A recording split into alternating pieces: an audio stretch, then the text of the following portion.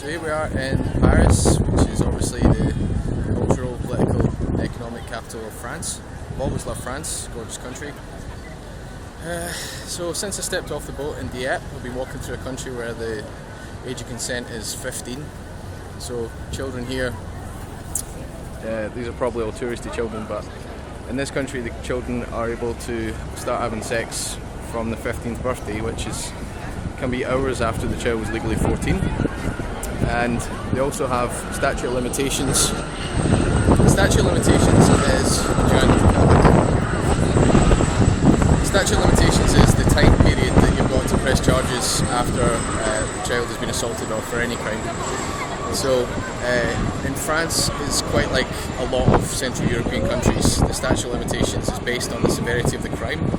So if a child under the age of 15 is abused or raped or molested here, they have until the age of 18 before the statute starts ticking. And then it depends really on the severity of the crime. It falls into two categories: major crime or serious crime, and that gives a different, obviously, period in jail. So it can be between 3 to 10 years statute of limitations. So that means a child can be 28 years old and they're finally coming to terms with the abuse they lived through when they were young, and suddenly they run out of time to actually press charges, but the person who abused them might not be that old at that point, but the victim isn't in any position to press charges, so that offender can continue offending. So I think there should be absolutely no statute of limitations on child sexual abuse cases whatsoever. Also because they consider the crime either a serious crime or a major crime. Actually, in light of new understanding of the psychological effects of child sexual abuse, I mean, they're now calling it brain damage because it physiologically changes the shape and functioning of the child's developing mind. So obviously the sentences that have been established they created these laws long before we understood what child sexual abuse really did. So all of those laws have to be reformed. So this week in Paris, I'm meeting a bunch of organisations who are doing incredible work. I've been talking to, they're called Angel Blue, which is an organisation that's quite pioneering actually. They're highly criticised, but they're doing really incredible work. What they do is they try and reach people who are sexually attracted to children and give them support to make obviously correct choices.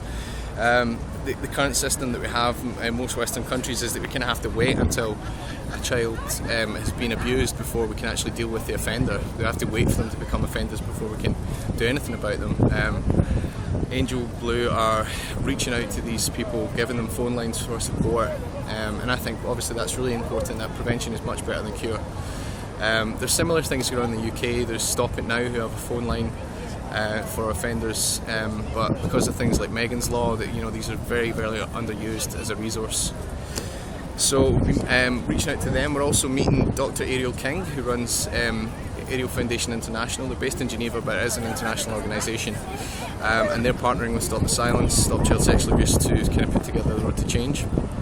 Dr. Ariel King is meeting me here in Paris, I think, tomorrow.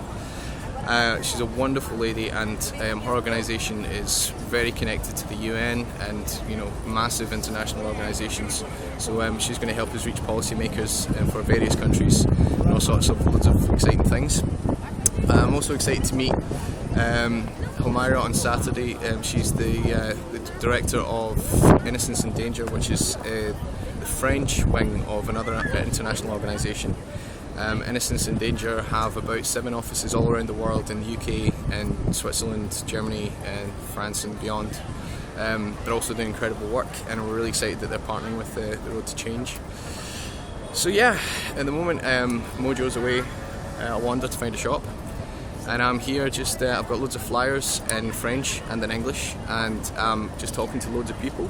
Most people don't believe I actually walked here from London, but yeah. Really, that's all we're doing today. Speaking to press, and then talking to a friend who lives here in Paris who's helping me getting on the radio here. So yeah, so thanks for listening to my wee rant, and hopefully we'll have more exciting news about France and Paris as it develops. Au revoir.